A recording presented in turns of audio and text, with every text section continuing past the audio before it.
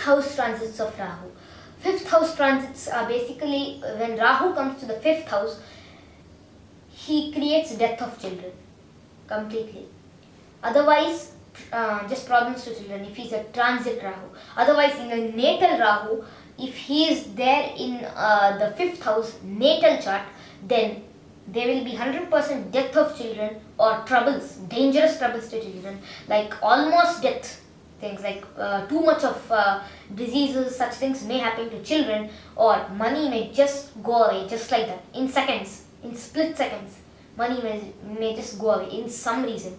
Rahu is like that. Then in the sixth house, he is a bit good planet, but he will still cause dangerous diseases. But still, he's a kind of a good beneficial planet there. He becomes good. Then the 11th house also is in the same way. Now in the 7th house, he causes separation from spouse and such things. So he also causes in the 7th house diseases and such things. And also in the 8th house, he brings about death completely. If it's natal, he brings about death. If it's not natal, or if there's a latta from Rahu, then there may be danger to life, like almost death. What is latta?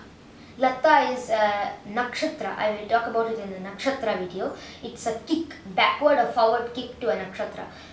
Suppose this is your nakshatra. If it's Kritika or Ashwini or Bharani or any of these nakshatras, if sun is in a particular nakshatra on that day, it gives a prishtolatta or purolatta to any nakshatra. When it falls on your Janma nakshatra, it gives dangerous effects. When Rahu latta occurs, that's when danger to life comes. Even Saturn latta also gives the same thing. Sun latta gives dangerous problems to your business. Your business will totally go away. Moon latta gives problems to your agricultural business or anything like that, and problems to mind. You may get a psychological disease or you may behave erratically, like how you were in your previous day. The moment moon latta starts, you will start behaving erratically, or bad things may happen, uneventful events or eventful events that you'll remember in your complete life.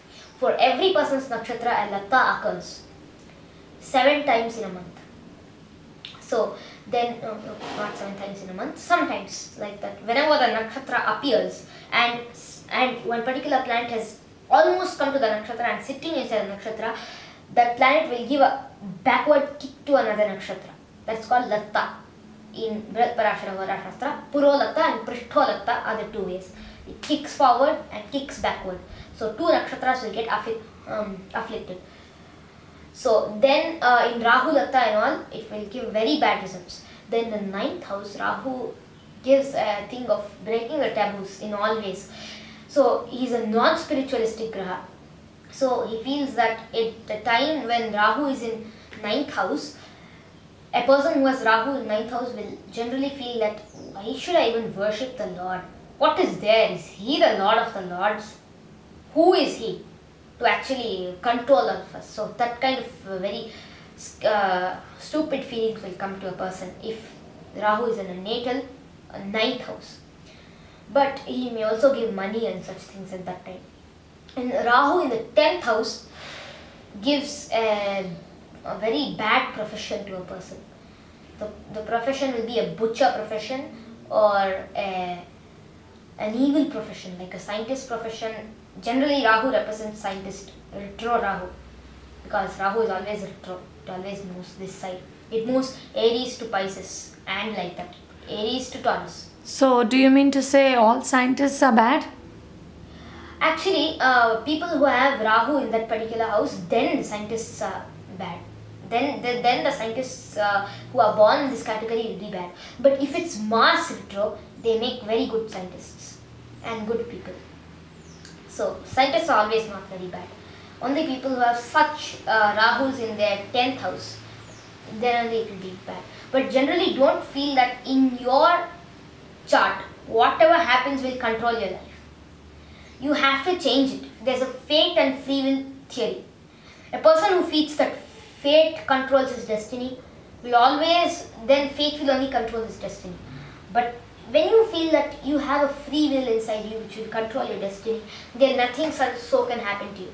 and the moods of your moods will actually change. So there's a shloka, ahimsakasya dantasya dharmarjita dhanasya cha sarvada niyamasthasya sada sa anugraha graha. This means that a person who always earns money by righteous means and always is in the path of dharma, according to Phaladipika, this is a shloka from Phaladipika, the planets will be in a good position for him. That does not mean that the planets, if they are in a bad position, if you have free will, then it will change to a good position. Generally, if you have free will, your planets will be in a good position. If you feel in a free will. Generally, people who have Saturn retrograde, or Saturn is sometimes normal or retrograde. If you have that, then a person has a defeatist tendency. Okay, I'm defeated. That's it. Done. Finished. They are like that. So fate controls my destiny. That's it. That's how they feel. But that's not the truth. Then Rahu in the 10th house